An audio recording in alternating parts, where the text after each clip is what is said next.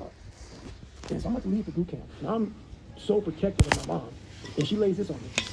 Yeah, sit down. Let's have a talk. And she never gave a shit, man. She's like, there was nothing ever hidden from me. That's why I grew up so fast. Like, that abusive life and what she was going through, it was front and center. Her being broke, everything. This was the only secret she kept from me. She was, those phone calls, I've been, seeing someone in prison. All right, cool, whatever. I'm thinking, what the fuck is this, man? So, I didn't want it back. How the fuck did you get to prison? So, I'm sitting there, and I'm like, okay, man, I gotta fucking ask this fucking question. How the fuck, what happened? She's like, well, one of those things, because she knows it's fucking bad. Well, he was into drugs and stuff like that. I'm thinking, okay, maybe drug dealer, something like that. He wasn't into drugs, that's for sure. But he literally, I don't know how it went down, but he choked a woman to death over some drugs. And I don't know the ins and outs of all this other shit. And that's who she was gonna fucking be with. And he was getting out of prison literally in a few weeks after I was going to Air Force boot camp. So I'm in fucking Air Force boot camp. My mom's about to fucking marry a fucking dude who got sent to prison. Marry him right away, too. Right away. So the first time I meet this motherfucker dude is at my fucking Air Force graduation. My fucking Air Force graduation. And she's like, you're putting that shit in front of me. She was embarrassed about it. And then she saw how I went totally like fucking vulnerable. And she was like, fuck it. So there's so much more to it, but he ended up, it was last year, maybe this year, the OD. So my mom divorced him, obviously, after it didn't work out. And she was telling me a story one time, we were talking about this book. She started opening more up about the relationship with this prisoner. And she said one night they got into a fight, not physical. He never hit her, like my dad did sometimes, but he said one night she was sleeping and had her back to him. But all she thought about all fucking night was, because she started slowly realizing, like, I'm fucked up. Like, I was a fucking guy from prison that killed somebody. And she started realizing more and more every day and day. And she was like, this motherfucker gonna fucking kill me tonight. And she started telling me these fucking stories, man. And I'm like, and I'm just like, what the fuck, man? Like it was tough. It was really tough to grow up, man. It was tough to grow up. So, he ended up, so they got divorced. I think it was maybe 2 years, whatever it was, whatever, doesn't matter. And then, I think he OD'd last year. He OD'd last year, killed himself. I'm gonna be killed himself, he OD'd. So. The idea of you going off to boot camp, knowing that your mom's gonna be alone with this guy getting out of prison. Yeah. That shit. It fucked me up every night. Every night, I'm sitting in my bunk thinking, and then I knew the day he was getting out of prison. And you can't just get on the phone and call, hey mom, what's going on? You're in boot camp. You get every now and then you get a phone call once a week or some shit. I think every Sunday was a phone call. And I'll never forget, when he got to the house, man, I was fucking not right. So I got recycled. So a week in boot camp. So I don't know, I fucking did something in boot camp. I fucking got recycled. I was sneaking the sneakers balls. I was all kinds of big shit. I was just out of it. I was sneaking out and I was just fucking not right. I was not right. And so then was keeping me able to do anything. Was that little fucked up, messed up with it was all jarred up and jacked up. But the second that thing got out, dude, it was like have you seen Star Wars, those storm things, those big fucking things that what they call they have wobbly legs that hit like logs. The robot things? Yeah, the robot things. That's how my leg was. It had nothing. It was just like a little dangling fucking so from my knee down, the shin, the tip fib, it just dangled. Like there was nothing. And I was like, okay man, this So it was worse after the cleanup? Much worse. Like I was done. I went from running 200 miles to, I did 240 mile race in 2020, October 2020. It was Moab. Went out there, got second place, 62 hours, knew was fucked up, getting it drained before the fucking race. I still ran 240 miles. Literally, 5 or 6 days before the race, I'm getting it drained. And it was baseball size fucking, it's called a baker's assist. So they drained it, and I went in and did the race. Finished it, and I was like, okay, here we go. Went on to do some more races. Did another 200 miler, did a couple more races, and then, like I said, camping. But after that, I went and got the surgery done. And I went from running every day to now, I have some fucking leg that just dangles. And after that surgery, just fucking dangles. I was like, okay, I'm fucked. And just from that little piece of meniscus, just that little piece of meniscus, I'm still thinking, okay, man, this doesn't make any sense to me. There's something fucked. I don't understand why I can't put pressure on my leg. The amount of blood they were taking out was unbelievable. So there's the blood right there. Jesus Christ. That's the blood, dude. Oh my God, there's 1, 2, 3, 4, and 5, you see the black 6. blood? Yeah. That is deoxygenated blood. So whatever was going on, whatever the fuck was going on, That's why it looks different colors. So the red blood is the blood that has oxygen. That's right. And that was just like coagulated, fucked up blood. Yep. Jesus. Yeah, so after surgery, I'm like 7 days out of whatever the fuck it was. And once again, I don't know the exact times, but I have it in the book. I have everything fucking dialed in. I went back and I was like, man, I'm fucked up. I mean, it's a simple meniscus surgery, man. Like, people go back a week later. They're playing 2 weeks, 3 weeks, tops. I'm like, man, I'm never gonna fucking run again. I'm gonna walk the fucking limb. So I'm going back, I'm getting fucking literally get my knee drained. Every week, get PRP. I'm like, man, in the back of my mind, I know how far I can push myself. I know my body so fucking well, so well. And I'm like, this is wrong. I'm never gonna run. I'm never gonna run again. I walk the limb. So this went on for about six months. So I had the surgery done in February. It was February, March, April, May, June. About 4 months after surgery, 4 or 5 months. I'm like, hey Jennifer, I got 5 minutes. That's, somebody else looking at my fucking knee. So I try to keep my shit together. But imagine when you go from every day of your fucking life grinding, and you go do nothing. Like 90-minute surgery, done. That's crazy. Though. It was just a little meniscus scope. 90-minute surgery, done. And I was like, okay, man, this is anyway. So I found this guy named Dr. Gamal in New York, and we fly there. But I'm like, you can't fix this, man. Because I knew it was a lot of things. It was all kind of this fucked up body shit. And I walk in the office, and he decided to see me, and he's looking at the gym tab. He's happy as shit. It's like, oh my god, man, this guy's gonna get you a fucking meniscus replacement. He's gonna get all kinds of gurus out. I'm a realist, bro. I will push myself and I'll go as far as I can. But I also, I also need, like, I'm not gonna try to ruin your fucking party, Jennifer. This is what I'm saying to myself. But this shit's done. It's over. So I went just to pretty much agree with her. And just see, Oh, it's still going? So I walk in the office and the doc's like, I thought it was over. X-rays. And that's the doctor. He's like, I do. I still do. I always will. Don't like me. Don't like me. I'm good with that. That's exactly what's going on with like fat models. That's it. I'm People proud. are like, you're beautiful no matter what. But that's not true. And the thing about it is, I have no problem if you want to be fat. I have no problem with anybody. You want to be whatever the fuck you want to be. But make sure you fucking, if you're fat, motherfucker, go be fat. Go be real fucking fat. But let's be real, nobody does. That's why I said it, man. Nobody does. That's not true. They will pretend. I'm fine with it. But if I could give you a button that you could push and Boink, be skinny. all of a sudden you have this incredible body. Yep. Everybody would push that button. But what happens is you ever get in this world where it gets hard. Yeah. And so the harder it is, the more you start to push back. And the more you push back, and it's not right for people to talk about. It's not right for, like they say you weren't fat. I was fat. That's why I talk about it. Go ahead and say something, motherfucker. I was fat too. And it was hard as fuck every fucking day to get up. I know what it feels like. When you roll your fat ass out of bed and all you want is some fucking damn cinnamon buns and shit and fucking chocolate milkshakes. I know what it is. I know exactly what it is. But I can't want it more than you. And so many people just want it the easy way. I'm sorry, man. It's not. So what they start to do is they build this narrative. It's okay. When the narrative should be, you need to fucking work harder.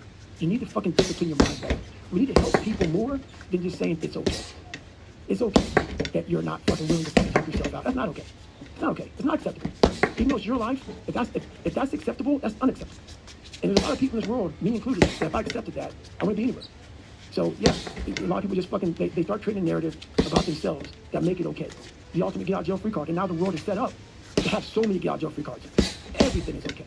And you can't say a motherfucking thing about it. This is what it's interesting though, is that when you're talking about how you had to come to this realization that you'd become a part-time savage. Yep. This was recently.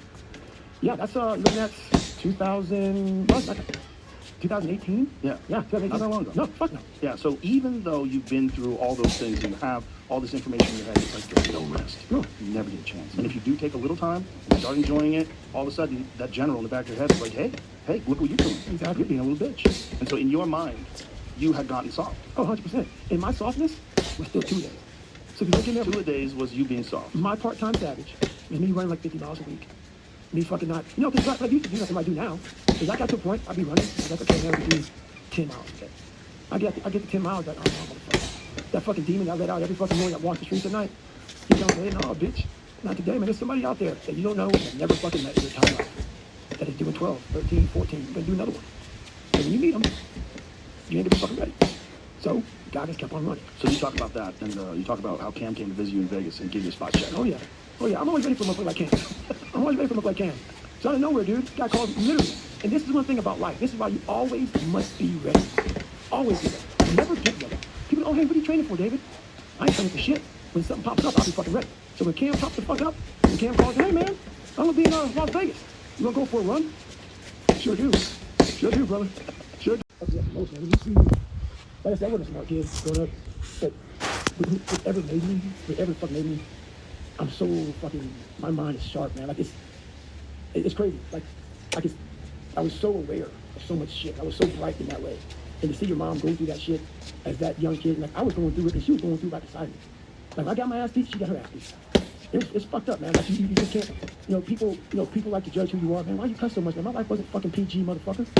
Like, you can't just turn who the fuck you are off. When you see your mom going through that kind of shit, and then I'm coming to her defense at 7 or 8 years old, and she's getting her ass beat by a 220-pound man. I'm fucking some little kid. You know what kind of courage it takes to bust right up to go help her out and see her fucked up like that? And the time she would cry and be bruised up and shit, it was a fucking nightmare. And you hear her talk about it, like the part where my dad says, I brought this belt from Texas. This belt came all the way from Texas to get your ass here. And it was like, what the, like, where am I at right now? I knew no other household. was fucking living like this, man. And I knew it. And I knew it. And then she was shut off. She was shut off from the world. And when I wrote Can't Hurt Me, she refused. She said, fuck, don't put my shit in there. She was so embarrassed. You know, like I put it in, man, she fucking married the fucking prison. So my mom was so fucked up.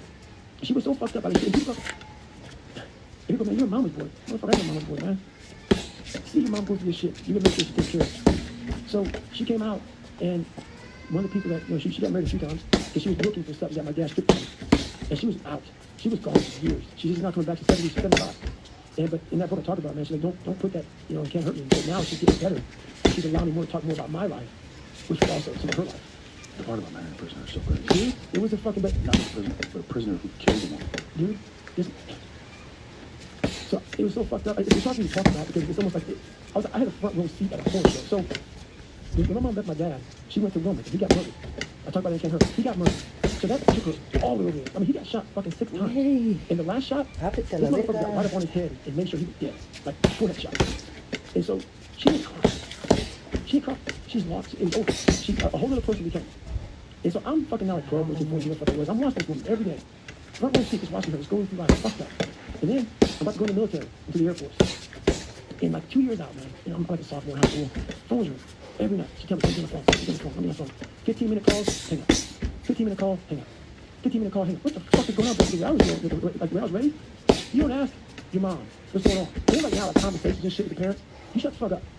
And I didn't ask shit, but I knew something. It's like 3-4 hours a night. 15 minutes, hang up. He was in prison. This guy's in prison, so he only had 15 minutes on the phone. He had to put more money in. How'd you know? She started working. So she was always about helping people out. And the thing about it was, like, I was right in front of her and needed so much fucking help. And I was fucked up for me for a long time, but she helped out so many people that I guess since I was with her through the journey, I didn't count. So it's all good. It's what life's about. You gotta understand what your mom went through. God, he fucking shit. I would say his name so bad, but I never will. Because that's a fucking bitch move on my part. He's gonna take food out of his family's mouth. You're gonna have this guy in the courthouse. You have him in the courtroom, spending money on lawyers.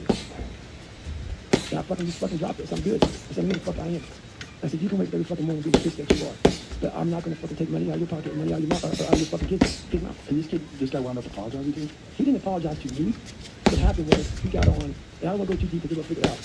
But he ended up basically he had a fucking he just wasn't right said. He wasn't good.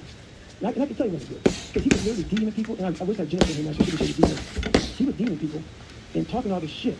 And then he would delete it. And this guy, so Jennifer found it. And so this guy DM'd Jennifer. It was like, hey, do you know this guy? And I was like, yeah, I know him. And then Jennifer was like, hey, we gotta fucking shut this shit down. But he would keep in several people just saying I was just on discharge, I was kicked out of SEAL teams, I refused to go to combat. He just went on and on. And so this guy was taking screenshots of what this guy was saying and sending them to us. And so at this time, now we have a lawyer. And so we're getting all this shit, and he had a YouTube site set up that he took down, just trying to ruin who I was. And I looked at all this shit, and I studied him. I was like, man, and it came out later on, he did have something. He does have something. Of course he does. Seriously. That's how insane is it that the guy deployed you? SEAL Team 6. And these motherfuckers are supposed to be bad. See, this is some of the issues I have when I was in. Is that when you work so hard, man, I put these motherfuckers, I talked about last time I was in this on a pedestal. Half the reason I ran on broken legs, half the reason why I fucking became who I became was because of the image these guys had on me. I was so impressed with the books and the fucking and the people that they were. I'm like, I gotta be a fucking god. I gotta be a god. I need to be the fucking king. And once I got in, I discovered something different. I'm not saying everybody. I don't know everybody's different. I had a problem with the fact that a lot of people live this shit. Like a lot of the civilians, oh my God, this, that. You were able to run Badwater 135 because you're a Navy SEAL. And because they, I don't know, motherfucker. That ain't right. And I always did shit. And I had issues with it, man. I had issues with it. So I had issues with it. A lot of people didn't like that. And then I went on to go into recruiting for a little bit. And then the heart surgeries happened. So the more I was in recruiting, the more that shit happened. They started slowly building up lies. Slowly building up lies. When I came out to who I was, I told Jennifer, I don't need it. I said, stand by. Stand by. It's coming. Now you're a person that gets what other people think is attention that they think they deserve. Yes, sir. That's what they do. Oh yeah, that's like being a fucking deployment. Because they think, oh my God, he deploys much as me. He deploys much as me. He's not known for deploying and shit. Yeah. Motherfuckers don't care. Yeah, I have a combat deployment and I deployed another time that we were supposed to, right during 9/11, we were supposed to go and just fucking have some Guam. We all just all couldn't work out that way. But I got over there. And what's funny about it, this is what makes me laugh so much. There's a lot of Navy SEALs who never deployed double combat ever. Ever. And it makes me laugh because motherfuckers want to act like one combat deployment right off my fucking country is bullshit. Think about it. Off my fucking shit. I got my secrets too, and I won't say names because only a bitch does that. So keep them on your fucking mouths. I know all you motherfuckers. So you started taking over PT? Yeah, when I got back, so I went on my first deployment, and when I came back off my first deployment, I begged, put 7 chicks in. 7 chicks, it's like a request chick, to go to Ranger School. Motherfuckers don't request to go to Ranger School. I wanted to go to Ranger School. As a SEAL, you went through buds, whatever the fuck. You don't want to go to another course to get your ass kicked. I did. So I went to Ranger School, came back, Honor Man. I was enlisted Honor Man at Ranger School, and they said I'm a bad operator.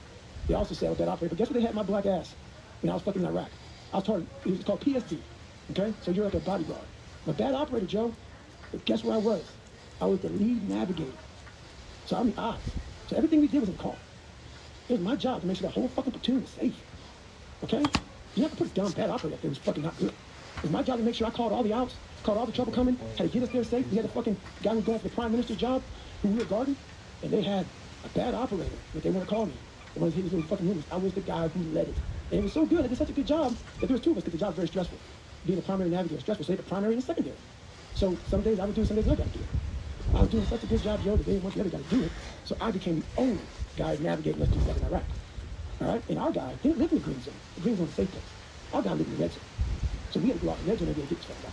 Bring him back in. No, there was no shoot him up because one rumor that was out there that came out from this guy was I froze in a firefight.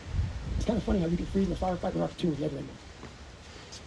So it's just bullshit, man. But I know where it comes from.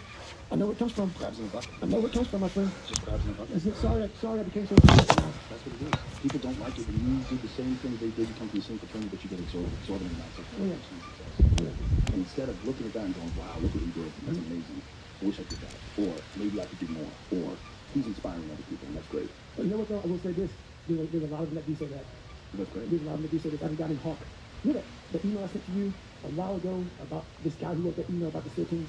And I shared it with you about, he talked about like only 13% of you actually, like, anyway, I sent email. Yeah, right. So anyway, he's the guy that sent that email. Hawk, he's like my best friend. So he, bad motherfucker, he got a SEAL teams. He wrote this email and sent out to like 30 minutes. And he said,